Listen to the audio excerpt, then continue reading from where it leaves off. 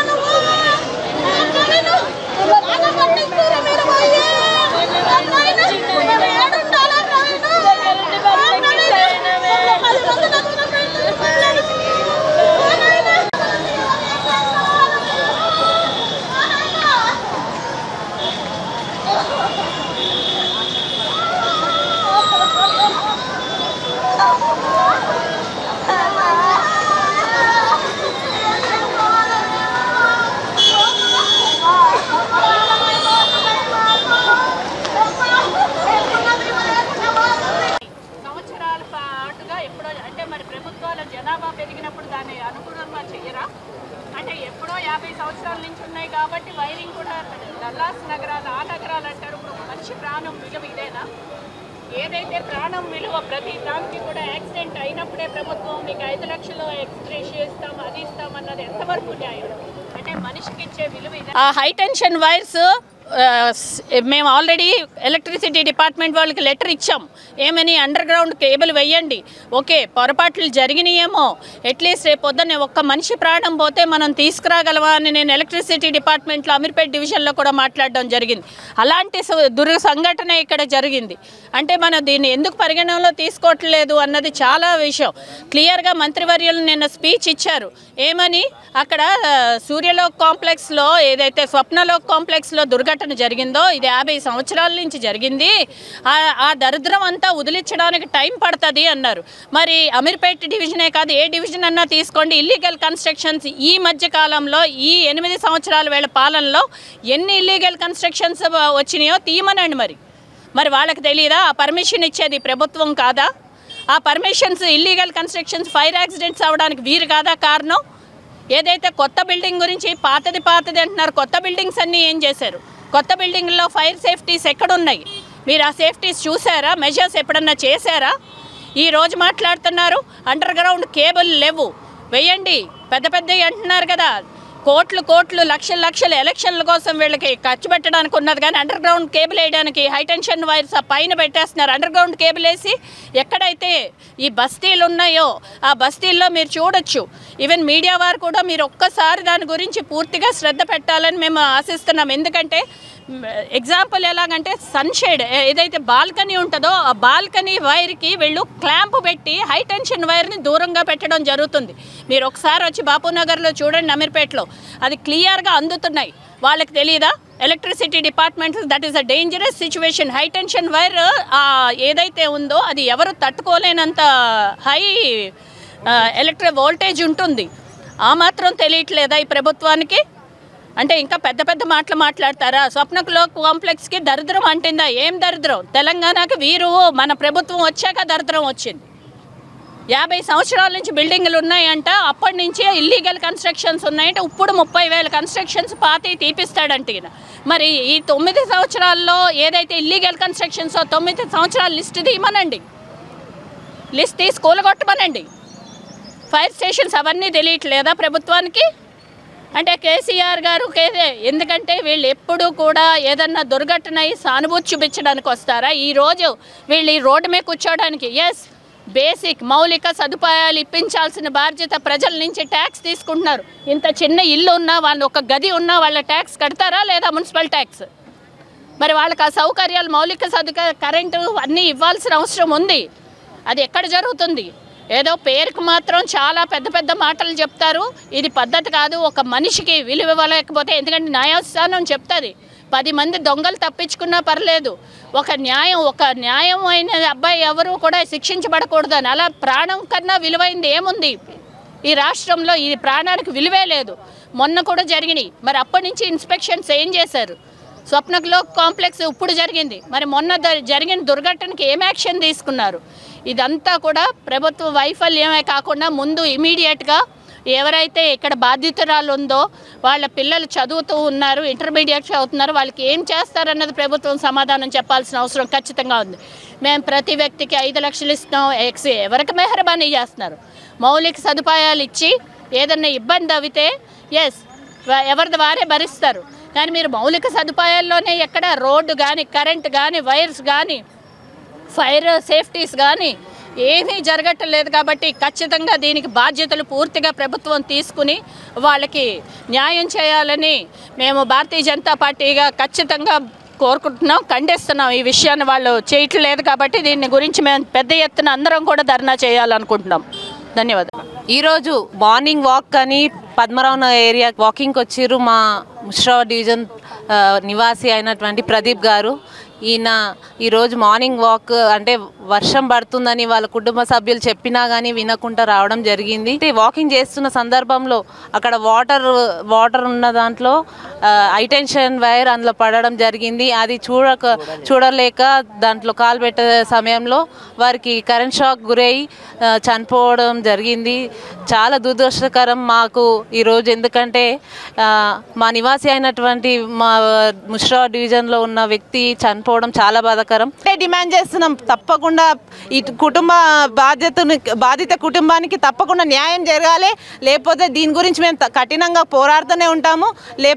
లేకపోతే తప్పకుండా మీరు వచ్చి వారికి క్షమాపణ చెప్పాలి, వారికి ఎక్స్క్రీజ్ ఇవ్వాలి, వారికి భరోసా ఇచ్చి తప్పకుండా మేము హామీ ఇస్తున్నామని చెప్పడం జరగాలి. అప్పటి వరకు మేము ఈ పోరాటం సాగిస్తూనే ఉంటాం.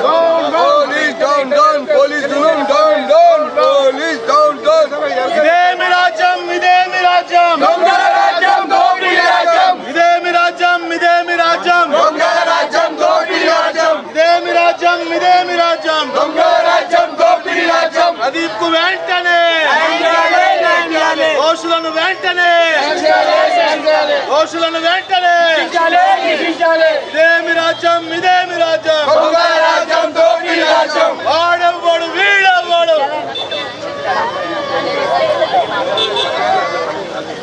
Police down, down, police down, down.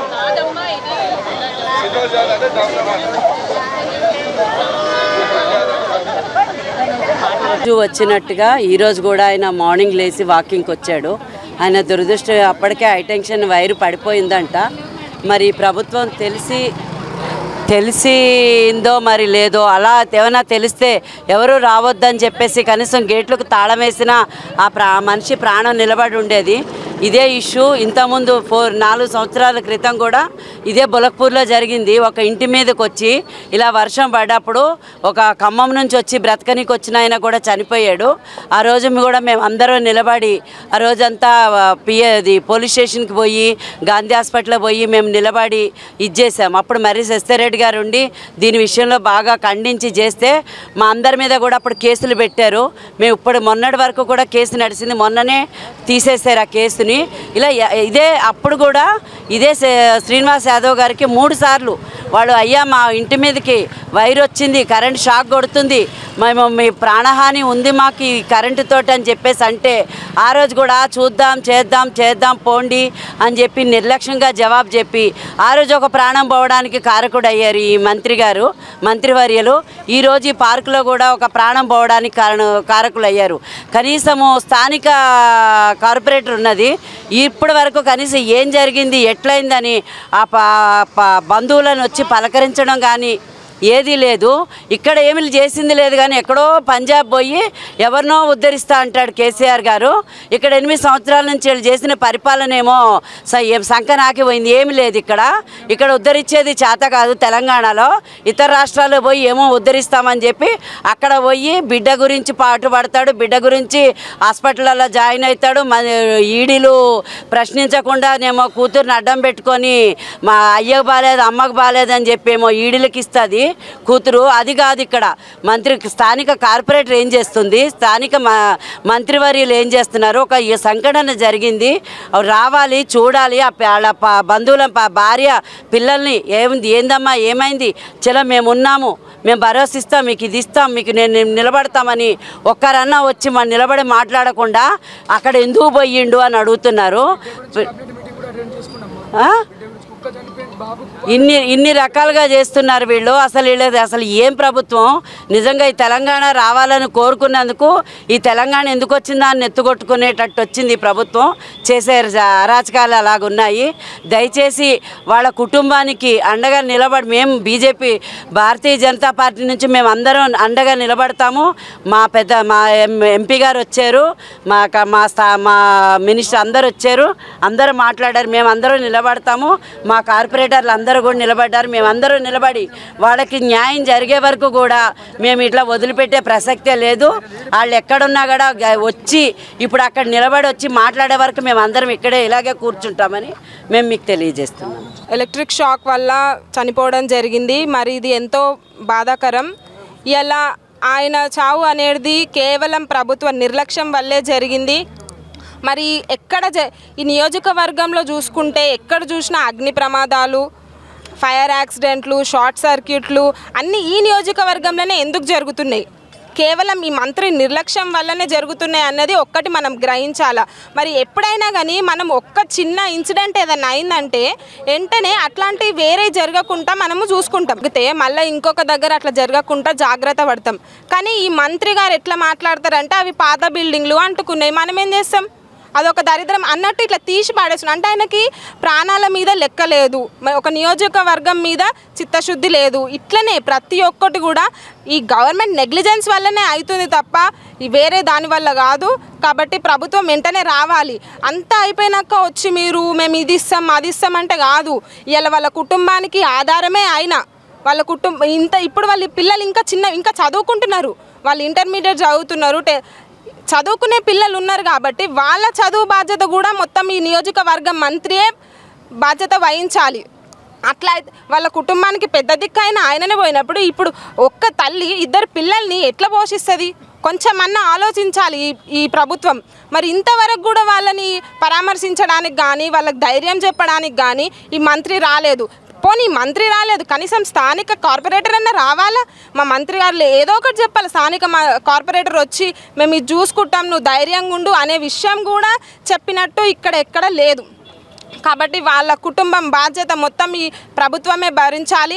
వాళ్ళ పిల్లల చదువు బాధ్యత కావచ్చు, ఆమెకు ఉద్యోగం బాధ్యత కావచ్చు, ప్రతి ఒక్కటి ఈ ప్రభుత్వమే బాధ్యత వహించి వాళ్ళకి న్యాయం జరిగేలా చూడాలి అని మేము అందరం కోరుకుంటున్నాం. అది జరిగేంత వరకు కూడా మేము పోరాడుతూనే ఉంటాం. అక్కడ లీడర్ వాళ్ళు మాట్లాడతారా? మాట్లాడే స్టేజ్లో ఉన్నారా? వాళ్ళ బ్రదర్ ఉన్నారు. మా బ్రదరు, మా తమ్ముడు, నా చిన్న తమ్ముడు, నేను పెద్ద అయిన, మేము ముగ్గురం అన్నదమ్ములము. మేము ఎవరి జోలికి పోయిన వాళ్ళం కాదు, ఎవరి జోలికి వచ్చిన వాళ్ళం కాదు. మా పని ఏందో మేము చేసుకునే వాళ్ళము.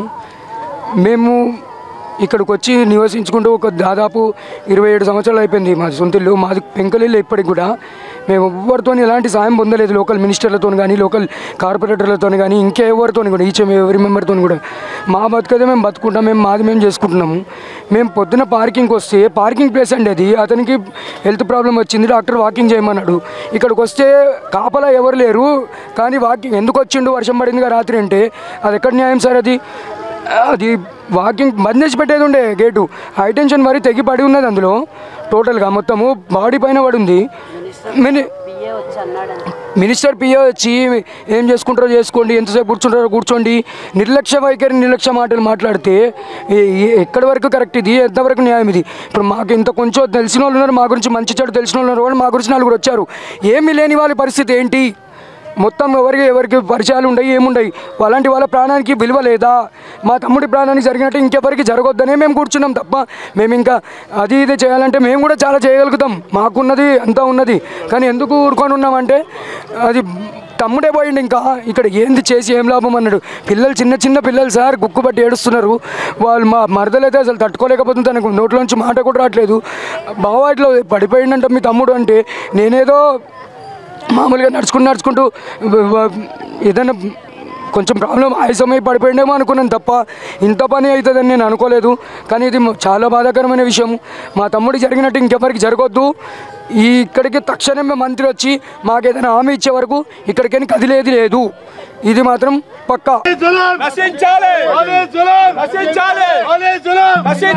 శాంతియుతంగా దీక్ష చేస్తున్న ఆడవాళ్ళపై దాడి చేస్తున్న పోలీస్ జులాం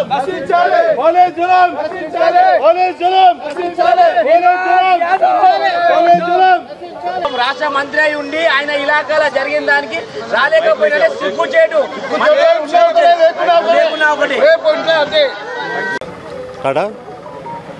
ఈరోజు ఉదయం 6 గంటల ప్రాంతంలో బాబు వాస్తవ్యుడు అయిన ప్రవీణ్ కుమార్ ముదిరాజ్ అకాల మరణం చేయడం జరిగింది. ఈ యొక్క విద్యుత్ ఘాతానికి గురై ఆయన చనిపోవడం చాలా బాధాకరం. ఈ యొక్క 84 లక్షలు మా ఓటర్లో ముదిరాజ్ కుటుంబం చెందిన వ్యక్తి చనిపోతే కూడా ఈ యొక్క తెలంగాణ ప్రభుత్వం సంబంధించిన నాయకులు కానీ అధికారులు కానీ పట్టించుకోవడం లేదు. స్థానిక నాయకులు ఎవరు స్పందించడం చాలా బాధాకరము.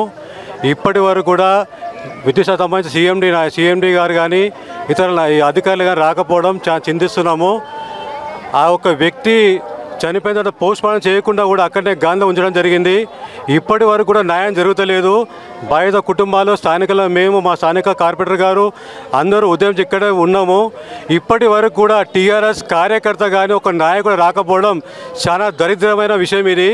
అదే వాళ్ళకు టీఆర్ఎస్ పార్టీలో ఉన్న కవిత గారికి జరిగితే మాత్రము ఈ ధరలు అయితే మా దాని గురించి స్పందించడానికి నాయకులందరూ రోడ్లపై పడి వస్తుంటారు. ఈరోజు ఒక్క నాయకుడు రాకపోవడం చాలా బాధాకరము. ఈ యొక్క విషయాన్ని ప్రభుత్వం సీరియస్గా తీసుకోకపోతే యావత్ తెలంగాణ రాష్ట్రంలో ఉన్నటువంటి మేమందరం కూడా ప్రభుత్వ వ్యతిరేక విధానాలపై పోవడం చేయాల్సిన అవసరం ఉంటుంది. తలసాని శ్రీనివాసరావు వెంటనే ఇక్కడ రావాల్సిన అవసరం ఉంది. ఆయన రాకపోతే ఈ ఆందోళన పెద్ద చేపట్టడం జరుగుతుంది. ఇది ఇక్కడనే కొనసాగుతూ ఉంటుంది. రాష్ట్ర అధ్యక్షులు అక్కడ గన్ పార్క్ దగ్గర అరెస్ట్ చేయడం వల్ల ఆయన అనివార్య కారణాల వల్ల ఆయన రాలేకపోతున్నాడు. ఏదేమన్నా సరే నెక్స్ట్ తర్వాత వచ్చి మనం ఇంటికి వెళ్ళి కలుద్దామని అన్నారు. తప్పకుండా ఆయనతో పాటు కిషన్ రెడ్డి గారు కేంద్ర మంత్రి వాళ్ళు కూడా ఆయన వారణాసిలో ఉన్నారు, ఆయన కూడా వస్తారు. ఆయన కూడా వచ్చి కలుద్దాము, వాళ్ళకి సరైన న్యాయం జరిగేట్టు చూద్దామని చెప్పేసి కేంద్ర మంత్రి స్థానిక పార్లమెంట్ సభ్యులు కూడా హామీ ఇవ్వడం జరిగింది. దానితో డాక్టర్ లక్ష్మణ్ గారు కూడా వచ్చి కలుస్తామని చెప్పారు. అందుకనే వాళ్ళు వచ్చే వరకు చూద్దాం మరి ఏం చేస్తారు అనేది. డిపార్ట్మెంట్ వాళ్ళు మాత్రం అష్యూరెన్స్ ఇచ్చారు. మేము 5 లక్షలు అన్నారు, 5 కాదు మేము 10 లక్షలు ఇవ్వాలన్నాం. అయితే మేము ప్రాసెస్ చేస్తాము, దాంట్లో ప్రయత్నం చేస్తాం మా వంతుగా అని department ADE, AE and DE కూడా మాట ఇవ్వడం జరిగింది. దాంతోపాటు మేము పోలీస్ కంప్లైంట్ కూడా ఇవ్వడం, కేసు బుక్ చేయడం కూడా జరిగింది. దాంతోపాటు జిహెచ్ఎంసీ కూడా దీనికి బాధ్యత వహించి జిహెచ్ఎంసీ కూడా బాధ్యత, జిహెచ్ఎంసీ వాళ్ళు ఎవరు కూడా వచ్చి ఇక్కడ పరామర్శించిన పాపాన పోలేదు, దానికి కూడా పూర్తి బాధ్యత వహించాలి. అదే రకంగా స్థానిక ఎమ్మెల్యే గారు, మంత్రి అయినటువంటి క్యాబినెట్ మంత్రి అయినటువంటి శ్రీ తలసాని శ్రీనివాస్ యాదవ్ బాధ్యత కూడా పూర్తిగా ఆయన కూడా బాధ్యత వహించాలి. ఎందుకంటే స్థానిక ప్రజల యొక్క సమస్యలు తీర్చలేనప్పుడు ప్రజాప్రతినిధి ఎట్లా ఎన్నుకుంటారు? ప్రజలు ఎన్నుకున్న తర్వాత దాని ప్రజల యొక్క కష్టసుఖాల్లో పాలు పంచుకునేవాడు నాయకుడు. అంతేగాని నేను రాను, నేను పోను అంటే సరిగా పిఎన్ పంపించేస్తే, ఇప్పుడు పిఎన్ పంపించాడు, లేదంటే ఇంకో రేపైతే ఇంకా అటెండర్ కూడా పంపిస్తాడేమో, మరి ఆ విషయం మాకు తెలియదు. ఏదేమైనా సరే స్థానిక ఎమ్మెల్యే మంత్రి అయిన శ్రీ శ్రీనివాస్ యాదవ్ కూడా సరైన న్యాయం చేయడానికి కృషి చేయాలని చెప్పి తెలియజేస్తున్నాను.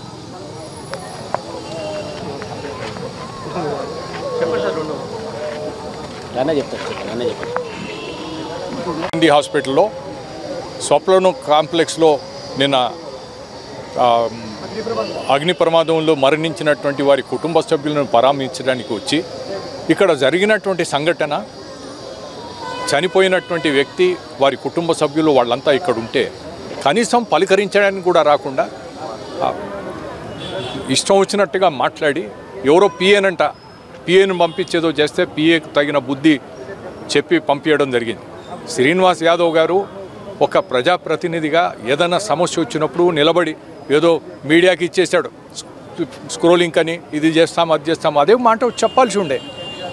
మొహం చాటిచ్చేసి వచ్చే ధైర్యం లేక, అంతేకాకుండా ఇలాంటివి ఎక్కడెక్కడ ఇలాంటి పార్కులు ఉన్నాయి, దీనికి ఎవరు బాధ్యులు?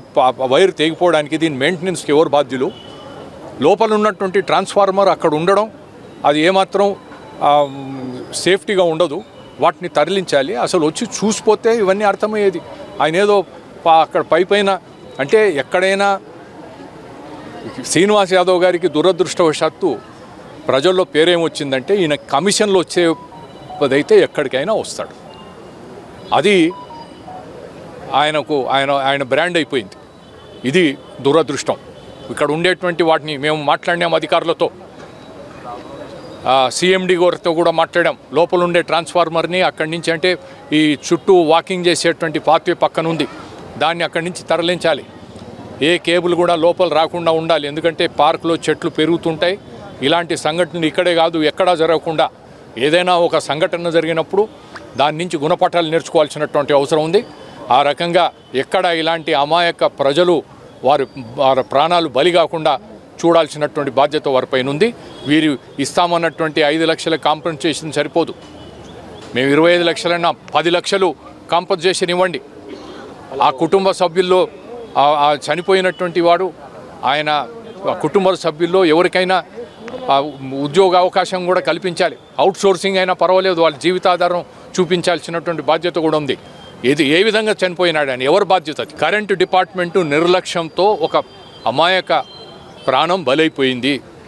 గాలికి వదిలేయొద్దు, ఇదంతా పట్టించుకోండి, మేము వెంట పడతాం. వందల మంది వచ్చి రోజు వాకింగ్ చేసే పద్మనాభనగర్ పార్కుల ఇంత పెద్ద ఇన్సిడెంట్ జరిగితే ఓ యొక్క అధికారి కానీ మంత్రి కానీ లోకల్ కార్పొరేటర్ కానీ స్పందించాలి అంటే సిగ్గుచేటైన విషయం. ఇది ఎందుకు ముఖం స్టార్ట్ చేస్తున్నా అర్థమైతే లేదు. ఇంత పెద్ద ఇష్యూ అయింది. ఏ అధికారి కూడా వచ్చి హామీ ఇస్తలేడు. వాళ్ళు బీద కుటుంబం చెందిన వాళ్ళు, వాళ్ళ ఇంట్లో ఒక్క ఆయన చేస్తేనే 4 బతకాలి.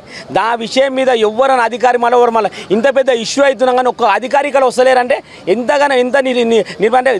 ఎవరు మన తలసాని శ్రీనివాస్ యాదవ్ గారు ఇక్కడ రాను, నేను చూడనని అంటుండ్రు. ఎంతగానో అంటే సిగ్గు అనిపిస్తుంది. ఆయన ఇక్కడ మంత్రి అని చెప్పుకొని సిగ్గు అనిపిస్తుంది. ఖచ్చితంగా దీని మీద మేము కొట్లాడతాము. వాళ్ళకి ఖచ్చితంగా ఎక్స్ట్రా 25 లక్షలు ఇవ్వాలని చెప్పి కొట్లాడతాం. ఇప్పుడు ఊకునే విషయం కాదు. ఇప్పుడు బాడీని తీసుకొని మేము సీదా ఎలక్ట్రిసిటీ ఆఫీస్కి పోతాం, అక్కడ పెట్టుకుంటాం. కాకపోతే వీళ్ళు ఏమన్నా మా సీజీఎం రాడంటుండు. సీజీఎం ఏమన్నా పెద్ద మనిషి, పబ్లిక్ సర్వెంటే కదా ఆయన. పబ్లిక్ సర్వెంట్ వచ్చి ఒక హామీ నీకు వస్తలేదా? ఆమెకు నేను జాబ్ ఇవ్వగలుగుతా, నేను ఇంత ఎక్స్చేంజ్ ఇస్తాను, ఎందుకు హామీ ఇస్తలేదు అంటే మా సీజీఎం రాడని మాట. సీజీఎం అన్న దేవుడా? ముఖ్యమంత్రి అంటే ఫామ్ హౌస్లో అంటారు. ఈయనైతే రావాలి కదా, పబ్లిక్ సర్వెంట్ కదా, ఈయన రావాలి కదా. వస్తలేడు అంటే దీనికి ఏదో ఎవరు ఈయన ఇప్పటిదాకా ఇంతమంది కూడా రాలేకపోయిందంటే శ్రీనివాస్ యాదవ్ కూడా ఎవ్వరు రానియకుండా ఆపుతున్నారు. చెప్తున్నాం, ఈ ఉసురు అనేది వాళ్ళ ఇంటి ఉసురు అనేది ఖచ్చితంగా తగులుతుంది ఆయనకు. ఇంత ఘోరం చేస్తుంది. దీనికి మనం ఖచ్చితంగా మేము తిరిగైన పర్లే ఆయన పైసలు ఇప్పించే బాధ మేము అందరం మీద తీసుకున్నాం. మా పెద్ద నాయకులు కూడా ఉన్నారు, వాళ్ళందరూ కూడా మీద బండి సంజయ్ గారు కూడా వస్తా అంటున్నారు. మా అధ్యక్షుడు కేంద్ర మంత్రి గారు ఒకటే మాట్లాడుతూ ఒకటే హామీ ఇచ్చిండు. ఆయన చేసేది అవుట్సోర్సింగ్, అది సెంట్రల్ గవర్నమెంట్ దాని కింద ఉంది. ఖచ్చితంగా ఆయన చేపిస్తా అని చెప్పి మాకు మాట ఇచ్చిండు. మేము వాళ్ళకు కూడా అదే మాట ఇస్తున్నాం. కానీ ఇక్కడ జరిగిన రాష్ట్ర ప్రభుత్వం current department GHMC park develop చేసి పార్క్ మెయింటైన్ చేసే జిహెచ్ఎంసీ ఇంతవరకు స్పందిస్తలేరు. వాళ్ళు ఏదో ఒక విషయం అనేది చెప్తలేరు. అది చెప్పకపోతే మాత్రం మేము ఊకోము, ఖచ్చితంగా దీని మీద ఫైట్ చేస్తాము. ఇప్పుడు ఇంకా జరిసేపు చూసి మేము ఈ బాడీని తీసుకొని ఖచ్చితంగా ఎలక్ట్రిసిటీ ఆఫీస్ పోతామని చెప్పి చెప్తున్నాం.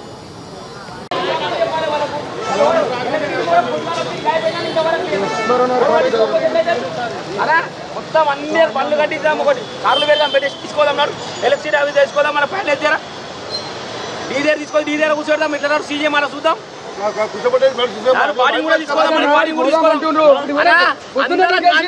బాడీ తీసుకోవాలి.